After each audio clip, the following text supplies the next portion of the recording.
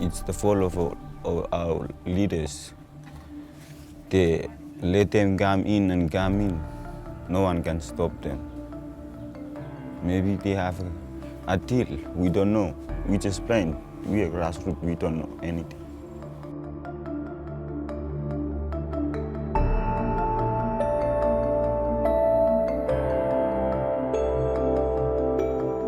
(1,750 kilometres east of northern Australia lies the Pacific nation of Vanuatu. This Pacific archipelago has been the focus of Chinese investment in the Pacific for the past decade. Chinese investments in Vanuatu are ever present and include new roads and infrastructure projects, as well as sports arenas, tourist sites and education institutions. For the local people known as Nivan, this Chinese presence is the source of increasing anxiety about the future of their nation. Local Nivan leader Charlie Falau explains. Well, to me, it started slowly, but as you can see from now on, and the Chinese coming in, and if they come in as a consultant or something, and then they will go back, it would be good. People say, oh yes, they help in such a way that to build Vanuatu. But then when they come and start getting over buildings and buying lands, and there goes Chinese in Vila, and you don't have any space more. Tourism is the mainstay of the economy, but for many of the 277,000 people who live here, poverty is a daily reality. Nearly 40% of the population have no access to electricity, and the poverty rate is around 13%. Vanuatu has largely relied on aid and investment from its neighbours Australia and New Zealand. But in recent years, this has been in decline. Yeah, a lot of donors leave Vanuatu, and they leave when the country still needs them. So like here with Vanuatu, we don't have any major investment that could sustain the whole country. Chinese private investments in Vanuatu are booming. On the main island of Awhate, on 86 hectares of open land, the Chinese commercial development Rainbow City has started construction. Supported by private Chinese-backed investment, it is the biggest residential development in Vanuatu. Locals here have been concerned by the scale of a development that threatens to overrun their way of life. I saw in 2017 they start building the wall around the city. I think if they build city here, this place will not longer good anymore. Many people will do problems because in this side we live in a peaceful place, no noise coming. We live.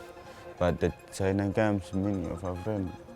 This massive walled expanse of land will eventually become a mini-city for foreigners. Over the next 10 years, the buildings will come to dwarf the surrounding villages, private homes and small resorts that neighbour it. But it is the uncertainty about its ultimate purpose that is of most concern to locals here. I think the city is just fake. They try to do something inside, but they just put a city to cover that up. But I don't know what they are doing inside. On a smaller scale, Chinese ownership of tourist sites and shops has taken hold. For local vendors like Ruben, running a small business has become increasingly challenging. It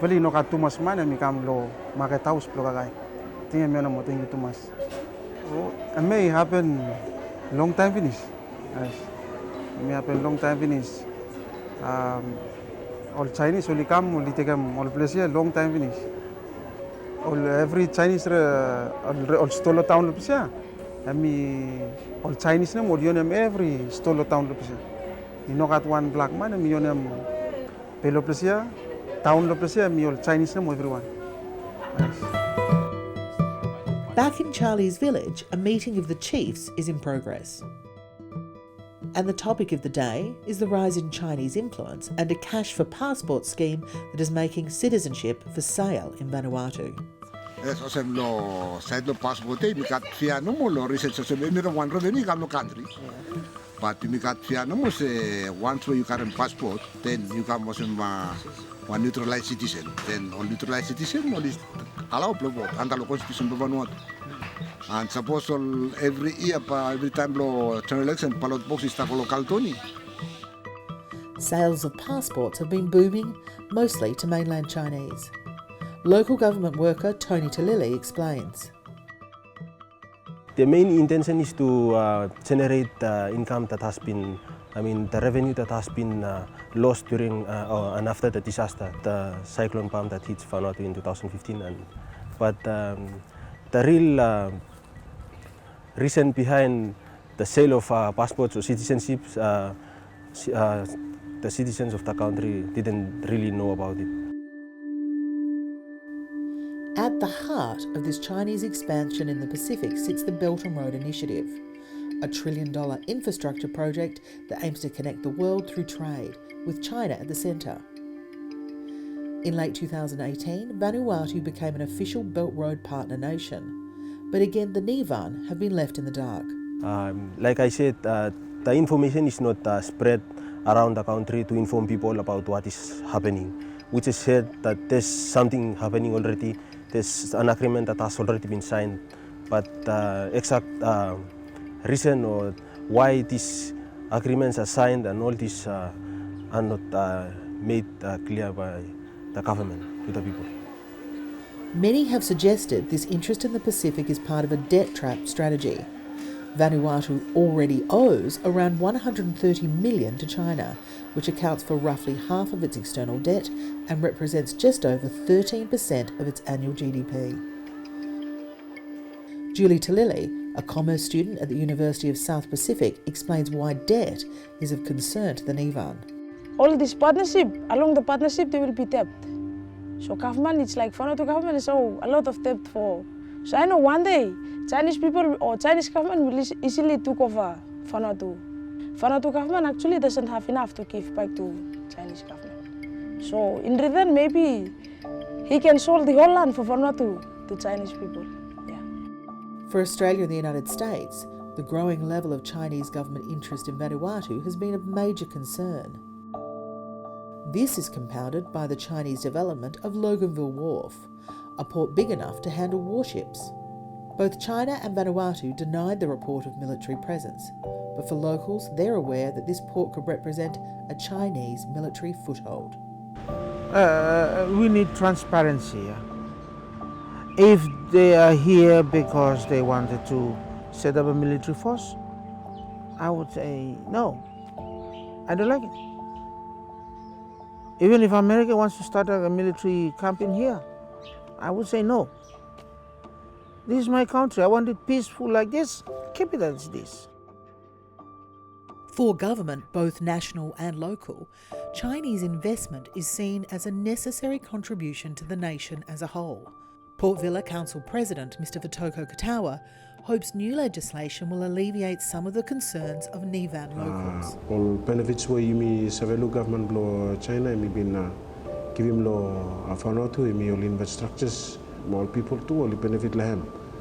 Next time all investors will come, all invest inside all place inside Vanuatu by all signing one agreement with the locals, Polycam partners. We hope say by is give him more opportunity. All people, all you know, must have a fright. Give him out all grounds, all you know, more fright. Tell them say Chinese come, take him in, be Polycat Chinese, all is have collaborate together. The small archipelago of Vanuatu continues to be a hotbed of Chinese investment and expansion. Whether new laws protect Nivan livelihoods and help improve Vanuatu's least developed nation status remains to be seen. But for the Nivan, they know without strong leadership, the future of their nation could be in Chinese hands. I don't agree with the government selling our own country. People should vote against the leaders who support the Chinese invention in Vanuatu.